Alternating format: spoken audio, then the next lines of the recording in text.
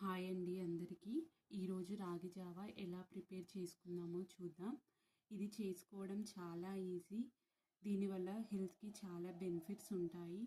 First రాగి Java కోసం మనం పిండిని నైటే నానబెట్టుకున్నాను. నేను 3 స్పూన్స్ పిండి తీసుకోవాలి. ఈ రాగి పిండిని మనం మార్కెట్ నుంచి రాగులు తీసుకొని వచ్చి వాటిని శుభ్రం చేసి ఎండకి ఆరబెట్టిన తర్వాత చేసుకున్న పిండి ఇది.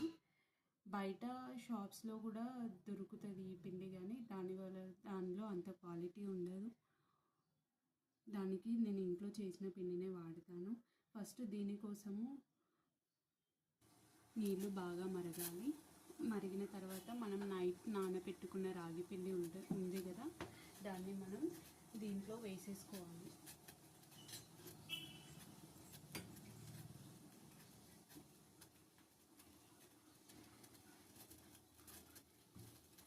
నీళ్ళు ఈ విధంగా మరిగినప్పుడు నైట్ నానబెట్టుకున్న రాగి పిండి ఉంది కదా, ఇది మొత్తం ఇందులో వేసుకొని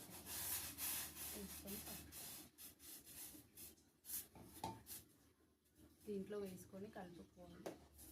తర్వాత కొంచెం ఉప్పు, కొంచెం కారం యాడ్ చేసుకోవాలి.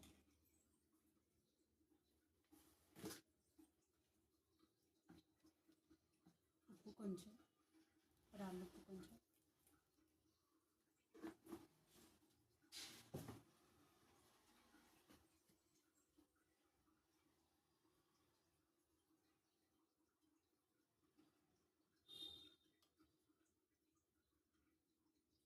కొంచెం కారం.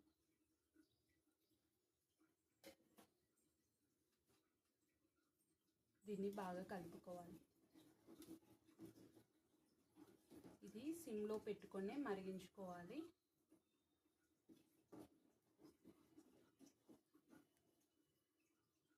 ఇది మొత్తం రెడీ అయింది అని మనకి ఎలా తెలుస్తుందంటే దీనిపైన ఒక పొంగులాగా వస్తుంది మరిగినప్పుడు.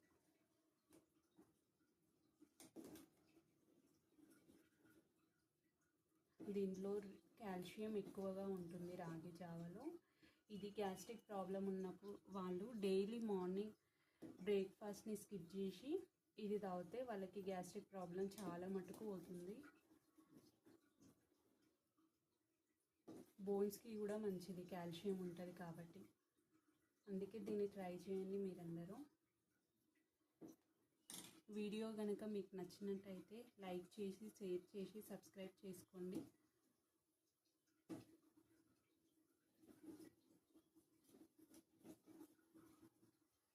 ఈ విధంగా కలుపుతూ ఉండాలి దీన్ని.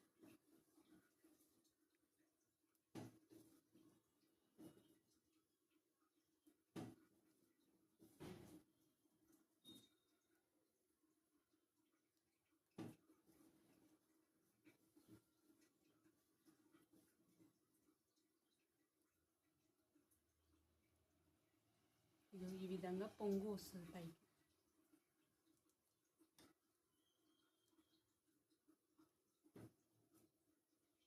ఒక 2 minutes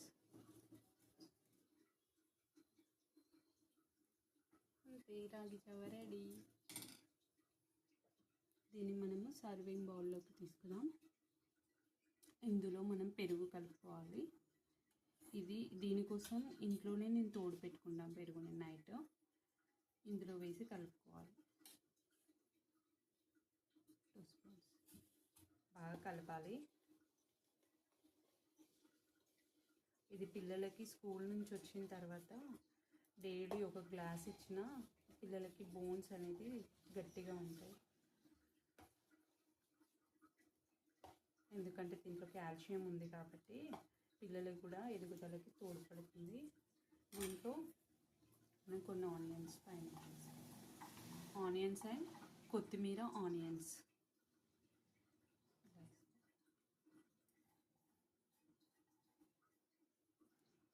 అంతే అండి, సింపుల్ రాగి జావా.